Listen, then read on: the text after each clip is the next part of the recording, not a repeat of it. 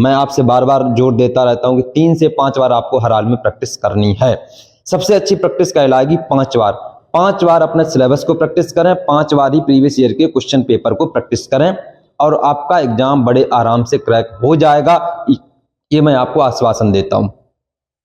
लेकिन कम से कम अगर 5 बार प्रैक्टिस करके जा रहे हो तो, अगर 3 बार भी प्रैक्टिस करके जा रहे हो तो ठीक है, कोई बात नहीं, चलता है उतना।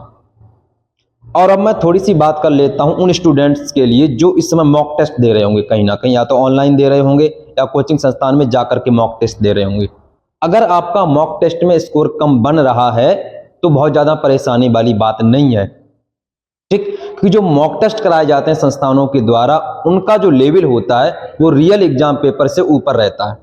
रियल एग्जाम जो होता है उससे काफी ऊपर रहता है, कई बार बहुत ऊपर हो जाता है, कई बार थोड़ा सा ऊपर हो जाता है। तो अगर आप 60% के आसपास भी स्कोर कर पा रहे हैं या पेपर बहुत ज्यादा टफ है, 50% के आसपास भी स्कोर कर पा रहे हैं, 55% ऐसा स्कोर अगर आप बन रहा है मॉक टेस्ट में, डिपेंड ये करता है कि लेवल कैसा है।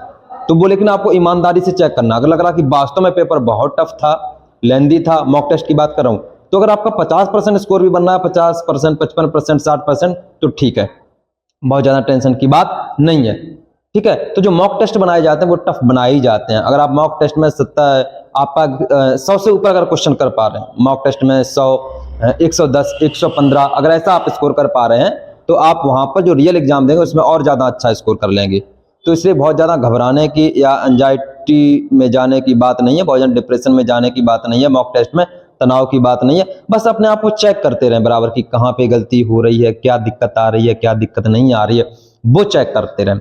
मॉक टेस्ट को एज अ पैमाना देखें, जैसे कपड़ा नापने का पैमाना होता है, फीवर को नापने का पैमाना होता है थर्मामीटर, ठीक है। तो इसको ऐसे ही देखें, एक तरीके से अपने आप को नापने का पैमाना कि कहाँ गड़बड़ी है, कहाँ दिक्कत है।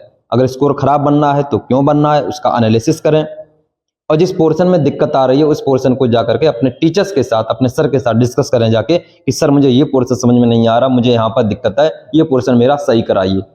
तो अगर आपके सर आपके बारे में अच्छा सोचते होंगे, आपको समझते होंगे, बच्चों के प्रति हमदर्दी होगी, तो वो जरूर आपको वो पोर्शन आपका सही कराएंगे, ठीक है।